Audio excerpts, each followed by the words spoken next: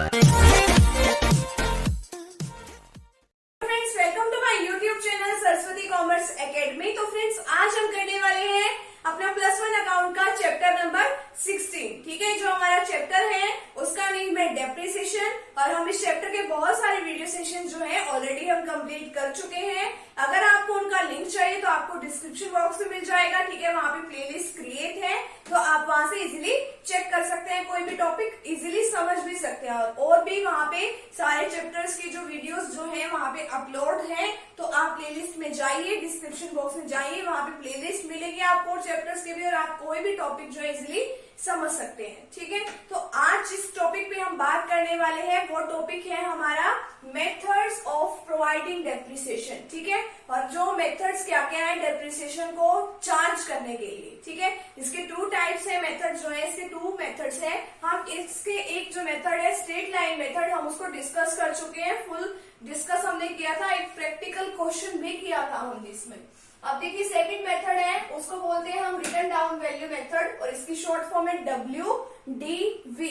ठीक है, W stand for return, D stand for down और V स्टैंड फॉर वैल्यू। ठीक है, WDV भी बोलते हैं इसको, और इसके दूसरे नेम क्या क्या है, reducing instalment method and diminishing balance method. ठीक है, हम इसको इन 2 नेम से भी और भी जानते हैं। ठीक है, किसको, रिटर्न डाउन वैल्यू मेथड को। ठीक है, तो आपसे मेरी गुजारिश है कि आप पहले वाली वीडियो सेशन भी जरूर देख लीजिए, जिसमें स्ट्रेट लाइन मेथड के बारे में बताया गया है, तो आपको ये कंसेप्ट समझना भी आपके लिए इजी हो जाएगा। तो फ्रेंड्स, अगर आप चैनल पे न्यू है तो चैनल को आप प्लीज सब्सक्राइब कर दीजिए, वीडियो को लाइक कर दीजिए, बेल आइकन को प्रेस जरूर कर दीजिएगा, ताकि आपको आगे आने वाली वीडियोस का नोटिफिकेशन मिलता है। तो अब डिस्कस करते हैं कि रिटर्न डाउन वैल्यू मेथड क्या होता है। स्ट्रेट लाइन वैल्यू मेथड में हमने क्या सीखा था कि जितने भी हमारे असेट्स के जितने भी ओरिजिनल कॉस्ट होती है ना, उसके ऊपर हम क्या करते हैं, एक फिक्स्ड रेट से हम क्या लगाते हैं, परसेंटेज लगाते हैं डेप्रिसिएशन की, यानी कि हर ईयर वो जो डेप्रिसिएशन है वो बिल्कुल सेम अमाउंट से होता है।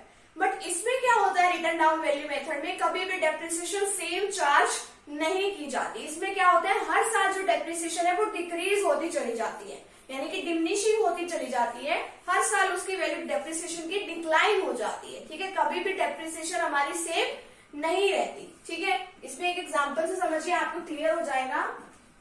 If a machine is purchase for ₹10,000, मान लो हमने मशीन खरीदी 10,000 रुपए की, डेप्रिसिएशन चार्ज किया जा रहा है 10% का according to written down value method. तो हम किस तरीके से इसको लगाएंगे, अब देखिए यहाँ पे 10,000 की मशीनरी है। ठीक है, इसके ऊपर कितनी परसेंट की डेप्रिसिएशन है, 10% की, तो 10 डिवाइड बाय 100 कर दिया, कितनी डेप्रिसिएशन आई, 1000। तो फर्स्ट ईयर में कितनी डेप्रिसिएशन लगेगी, 1000। ठीक है, सेकेंड ईयर की बात आ गई। अब सेकेंड ईयर में ये नहीं है कि हम फिर से 1000 डेप्रिसिएशन लगाएंगे, नहीं, इसमें क्या करेंगे, जितने की वैल्यू है, कितनी वैल्यू है, ओरिजिनल वैल्यूज की कितनी है, मतलब कि 10,000 है ना, उसमें से डेप्रिसिएशन लेस कर दो कि फर्स्ट ईयर में कितनी डेप्रिसिएशन चार्ज हुई थी, कितनी चार्ज हुई थी, 1000। ठीक है, तो अब असेट्स की वैल्यू कितनी रह गई, 9000, तो अब इसके ऊपर डेप्रिसिएशन लगेगी आपकी 9000 के ऊपर। अब लगाओ 9000 के ऊपर 10% की डेप्रिसिएशन, कितनी बनी, 900। तो अब 900 सेकेंड ईयर में ये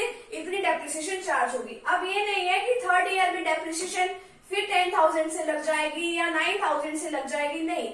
अब देखो 9,000 आपकी सेकेंड ईयर में वैल्यू थी, अब उससे भी आपकी वैल्यू कितनी कम हो गई है, 900 और कम हो गई है ना। अब 9,000 पहले थी, उसमें से डेप्रिसिएशन लगी 900, अब कितनी वैल्यू रहेगी उसकी, 8,100। अब इसके ऊपर आपको डेप्रिसिएशन लगानी है 10% की रेट से। अब लगाओ डेप्रिसिएशन 10 डिवाइड बाय 100 करके 810 आ जाएगी आपकी। ठीक है, फिर इसी तरीके से फोर्थ ईयर में आपकी अब वैल्यू, कौन सी वैल्यू के ऊपर डेप्रिसिएशन लगेगी, जो ये वाली है आपकी, इसके ऊपर नहीं, मतलब पहले आपको 810 जो है वो आपको लेस करने पड़ेंगे, कितना रह जाएगा, 7,290। फिर अब इसके ऊपर आपको डेप्रिसिएशन जो है लगानी है, यानी कि इसका मतलब हमेशा आपके देखो यहाँ पे पहले साल में 1000, दूसरे साल में 900, तीसरे साल में 810, चौथे साल में 729। ठीक है, 1000, 900, 810, 729 ये आपकी डेप्रिसिएशन चार्ज हुई है। ठीक है, तो इसमें क्या दिखाया गया कि हर साल जो है डेप्रिसिएशन डिक्लाइन होती चली गई, कभी भी सेम डेप्रिसिएशन नहीं लगी। तो इसका अब देखिए, अब इसके करते हैं हम मेरिट्स। इजी कैलकुलेशन है, कुछ ज्यादा मुश्किल तो नहीं है, इजीली आप कैलकुलेट कर सकते हो। सेकंड है balance of assets is never written off to zero. कभी भी जो इसका बैलेंस है, जब भी आप ये डेप्रिसिएशन वाला ये वाला मेथड अडॉप्ट करोगे तो कभी भी आपकी वैल्यू जो है जीरो नहीं आएगी। ठीक है, जीरो जो है कभी भी लास्ट में वैल्यू नहीं आएगी, जैसे आपकी स्ट्रेट लाइन मेथड में आ जाती है। जैसे जैसे आप डेप्रिसिएशन लगाओगे, चाहे आपकी थोड़ी सी वैल्यू बचे, बट बचेगी जरूर। ठीक है, और इसका एक मतलब ये भी निकलता है, देखो जब भी आप अगर आपकी मशीन जो है पुराने भी हो जाए टेक्निक की वजह से या टाइम बीतने की वजह से, बट आप उस एसेट्स को यूज फिर भी कर सकते हो। ठीक है, कभी भी उसकी वैल्यू जीरो नहीं होती। ठीक है, नेक्स्ट है approve method by income tax authority. Income tax regulation के अकॉर्डिंग ये मेथड बिल्कुल सही है। No undue pressure in later year. अब देखो बाद के सालों में ज्यादा प्रेशर नहीं पड़ता डेप्रिसिएशन का। आपको पता है रिपेयर का खर्चा स्टार्टिंग के सालों में कम होता है, बाद के सालों में ज्यादा होता है। ठीक है, अब बट हम क्या कर लेते हैं इसमें, स्टार्टिंग के सालों में ज्यादा डेप्रिसिएशन चार्ज कर लेते हैं, क्योंकि बाद में तो हमारा वो भी खर्चा अलग से हो जाता है, रिपेयर्स वगैरह का भी। तो इसलिए ज्यादा प्रेशर जो है बाद के सालों में नहीं पड़ता। स्टार्टिंग के सालों में जब डेप्रिसिएशन हम ज्यादा चार्ज कर लेते हैं कि हमें इतना खर्चा रिपेयर का नहीं करना पड़ता, उस टाइम हम मतलब वहां से अमाउंट जो है एडजस्ट कर लेते हैं। तो ये है हमारी मेरिट्स। और डीमेरिट्स क्या है कि इसको कभी भी राइट ऑफ नहीं किया जा सकता, यानी कि इस वैल्यू को कभी भी जीरो पे नहीं लेके आया जा सकता। ठीक है, जैसे कि स्ट्रेट लाइन मेथड में हम उसको जीरो पे ला सकते थे। Omission of interest factor. अब देखो, अब तो हमने मशीनरी वगैरह में अपने पैसे वगैरह लगा दिया, अगर हम कहीं और इसको इन्वेस्ट कर दें तो हमारे पास क्या आ जाता, इंटरेस्ट आ जाता। अब इंटरेस्ट नहीं आ सकता। और लास्ट क्या है, difficulty in determining the rate of depreciation. हम ये जो है एक डेप्रिसिएशन की रेट नहीं बता सकते कि सीधे सीधे किस तरीके से निकल जाएगी हमारी डेप्रिसिएशन। जैसे कि 10% तो पता है हमें, बट ये तो नहीं कि 10,000 के ऊपर हम ऐसी रेट अप्लाई कर दें कि हर साल उसी रेट को अप्लाई करने से हमारे पास सही डेप्रिसिएशन आ जाए, ऐसा तो कोई मेथड नहीं है ये। ठीक है, तो ये इसकी कुछ डीमेरिट्स है। तो अब हम इसको करने वाले हैं एक प्रैक्टिकल क्वेश्चन, जिसमें हमें ये सब बातें जो है क्लियर हो जाएगी। तो चलिए अब स्टार्ट करते हैं एक प्रैक्टिकल क्वेश्चन। देखिए, अब एक प्रैक्टिकल क्वेश्चन करते हैं हम रिटर्न डाउन वैल्यू मेथड का। वो क्या है, एबीसी परचेज, एबीसी यानी कि जो ये ट्रेडर वगैरह का नेम दे रखा है, purchase a machine on 1 April 2009 at a cost of ₹8,000। हमने 8,000 रुपए की हमने क्या खरीदी, मशीन खरीदी, एंड स्पेंड ₹2,000। 2,000 किस पे खर्च कर दिए, उसके इंस्टॉलेशन पे हमने खर्च कर दिए।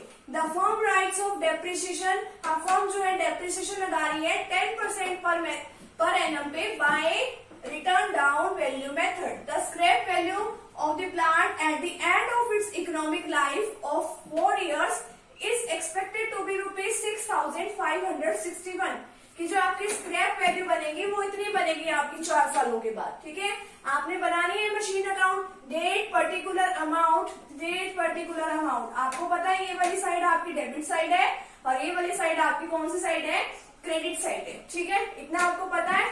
आपको पता है कि हाँ भाई ये कहाँ से स्टार्ट होता है। अगर आपने पिछला वीडियो सेशन देखा है तो आपको पता होना चाहिए कि आपका डेप्रिसिएशन का जो क्वेश्चन है वो इस तरफ से डेबिट साइड से स्टार्ट होता है कि कितने की आपने मशीन खरीदी। अगर आपने जर्नल एंट्री अभी पढ़ी हो, स्ट्रेट लाइन मेथड में हमने सीखी थी कि क्या होती है हमारी कि मशीन अगर हम खरीदते हैं, असेट्स कोई परचेज करते हैं, तो assets account debit to bank account. ठीक है, तो ये यहाँ से स्टार्ट होती है।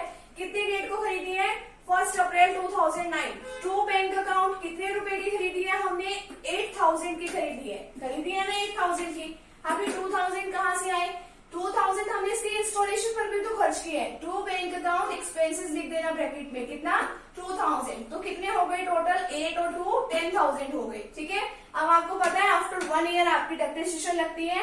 अब आपका वहां पे कितना ईयर आपने लिखा हुआ था, 2009 1 अप्रैल। अब एक साल आपका अकाउंटिंग पीरियड चलता है 1 अप्रैल से लेके 31 मार्च तक। ठीक है, तो 31 मार्च एक साल कब हो जाएगा 2009 के बाद 2010 में ना, तो बाय डेप्रिसिएशन अकाउंट आप लिखोगे। अब कितने अमाउंट के ऊपर आप डेप्रिसिएशन लगाओगे, 10,000 के ऊपर। 10,000 के ऊपर कितने, 10% की रेट से, आपके 10% दे रखी है तो 10% की रेट से आप लगाओगे तो कितना हो जाएगा 1,000। ठीक है, अब देखो यहाँ पे दे रखा है बाय बैलेंस कैरी डाउन। ठीक है, बाय बैलेंस कैरी डाउन कैसे होगा आपका, यहाँ पे आपकी वैल्यू कितने की थी, 10,000 की थी, है ना, 10,000 की थी ना।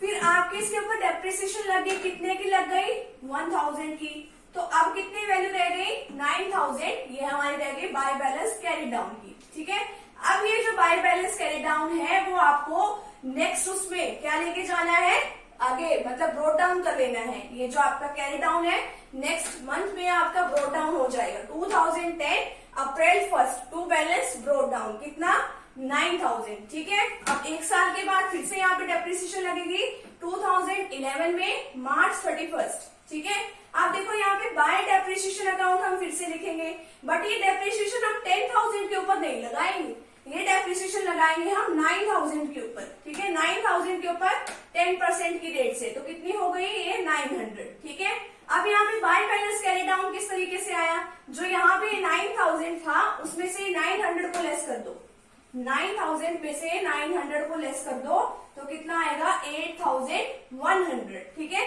और दोनों साइडों को इक्वल कर दो। ठीक है, ये भी 9,000 ये भी 9,000। ठीक है, अब देखिए नेक्स्ट, अब ये जो आपने बाय बैलेंस यहाँ पे कैरी डाउन किया था 8,100 को, अब यहाँ पे क्या हो जाएगा, वो ब्रोट डाउन कर लो उसको। अप्रैल 1 2011 टू बैलेंस ब्रोट डाउन 8,100। अब फिर डेप्रिसिएशन लगाओ नेक्स्ट ईयर में। ठीक है, एक साल के बाद यहाँ पे 11 था। अब देखो डेप्रिसिएशन कब लगती है आपकी, बिल्कुल लास्ट में 31 मार्च को। बाय डेप्रिसिएशन अकाउंट कितनी अमाउंट के ऊपर लगाओगे, जो यहाँ पे है आपकी, जो आपने ब्रोट डाउन करी थी 8,100 के ऊपर 10% की रेट से कितनी बनी, 810। ठीक है, अब देखो फिर आपका यहाँ पे बाय बैलेंस कैरी डाउन किस तरीके से आया, जो आपका ये वाला बैलेंस था 8,100 उसमें से आप कर दो 810 को लेस। ठीक है, तो कितना आ जाएगा आपका 7,290। ठीक है, अब दोनों साइड इक्वल हो गई है। अब देखो फिर से ये वाला जो बैलेंस है 7,290, अब नेक्स्ट उसमें जाके ये ब्रोट डाउन हो जाएगा। ठीक है, कर लिया ब्रोट डाउन यहाँ पे। अब नेक्स्ट ये यहाँ पे 2012 था, 2013 में यहाँ पे डेप्रिसिएशन लगा दो बाय डेप्रिसिएशन अकाउंट, इसके ऊपर डेप्रिसिएशन लगा लिया आपने 10% की रेट से 729 आ जाएगा। फिर यहाँ पे इस वैल्यू में से 729 को लेस कर दो, 7290 में से 729 को लेस करोगे तो ये आ जाएगा। यही तो आपकी स्क्रैप वैल्यू थी 6,561। ये आपकी स्क्रैप वैल्यू थी। ये 4 सालों के बाद 1 2 3 4 4 सालों के बाद ये आपकी यहाँ पर आ गई है। इसको ब्रोट डाउन लिखना चाहो तो यहाँ पे लिख भी लेना। ठीक है, तो आज का जो हमारा वीडियो सेशन है वो हमारा यहीं पे कंप्लीट होता है। तो मिलते हैं नेक्स्ट टॉपिक के साथ एंड नेक्स्ट वीडियो के साथ। Thank you.